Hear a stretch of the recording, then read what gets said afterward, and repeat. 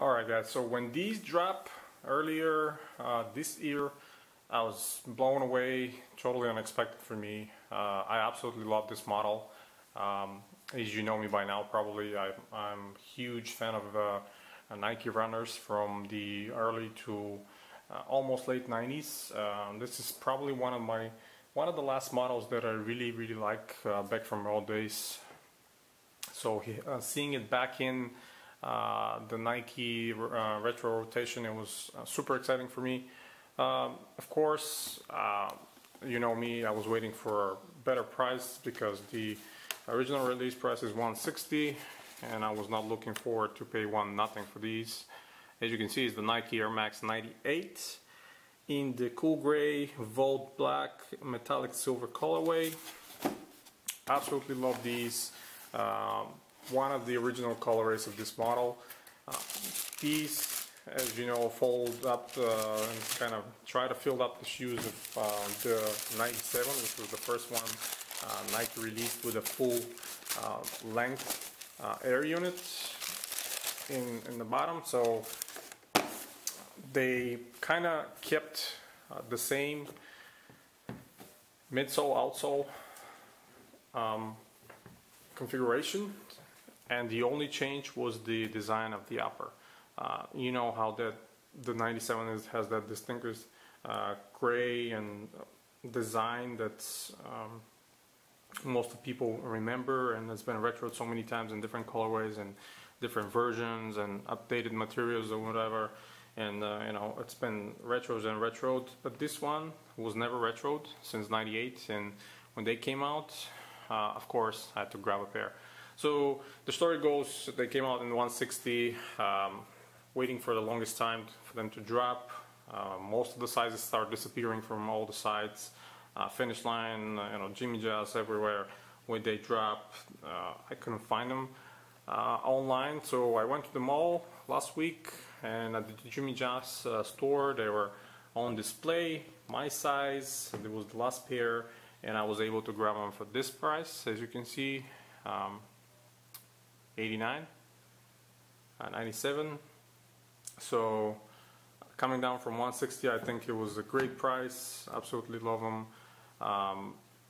Super happy that I was able to grab a pair. So as you can see, the full length air unit right here with polyurethane midsole, which is kind of a very small part since most of it is this air unit.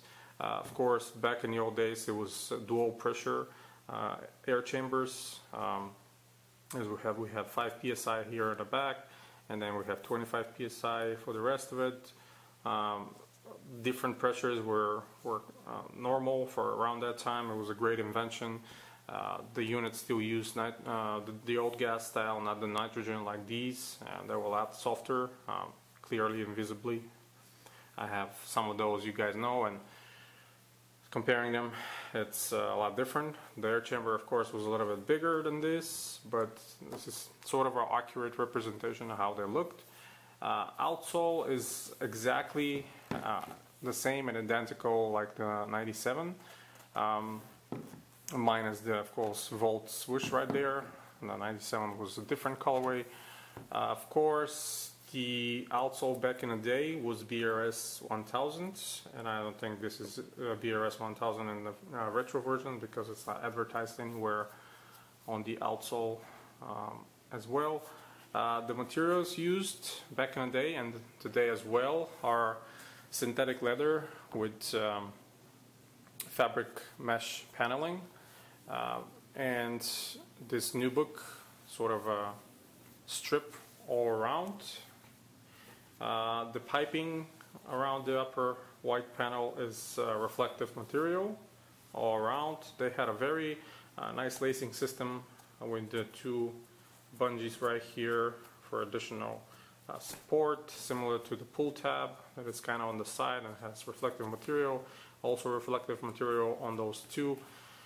These rope laces. The Air Max logo was positioned kind of sideways, similar to the pull tab in the back, and the air right here, kind of twisted. So I really like this design. It was something different and refreshing from those days. A little swoosh hit right here, of course. Like I said, the Air Max logo, which was this updated kind of a two-color Air Max logo for that time. The insole, it's actually, they probably use the same mold as like the old ones, all Volt with the Black Knight here. But you can see here where the place is for the arch support pods and the glue section. I've shown you these in my retro, and not retro, but my old pairs, the vintage ones that come with the inserts. Those do not, but this is how the insole looked like back in the day, because you had to put those inserts right here. Those are pretty comfortable. I tried them in the store before I bought them, of course. Fit me perfectly well. At an 8.5 is my size in Nikes and in Jordans for most part, so they're super comfortable. Definitely feel exactly like back in the old days. Very accurate retro in my humble opinion. Production date is 11/13/13 to 1/4/14. So yeah, they came earlier this year. There's another original colorway that came out as well with the silver gray air unit. If I can find this later on, similar price or lower, I'll definitely buy it as well. And they came out with a few Color Plus versions that are still too expensive for me to buy, but again, I'm gonna wait and see what's gonna happen. Happy that I was able to grab these at least and add them to the collection. Swoosh hit right here, a very nice design. For those of you that remember from back in the old days, it's one of those designs that are definitely overlooked today when it comes to the retros, but back in the '98 when they came out, it was something different, and they tried to definitely make a different design for the upper coming down from the '97 Air Max, which was a big revolution for them using this unit.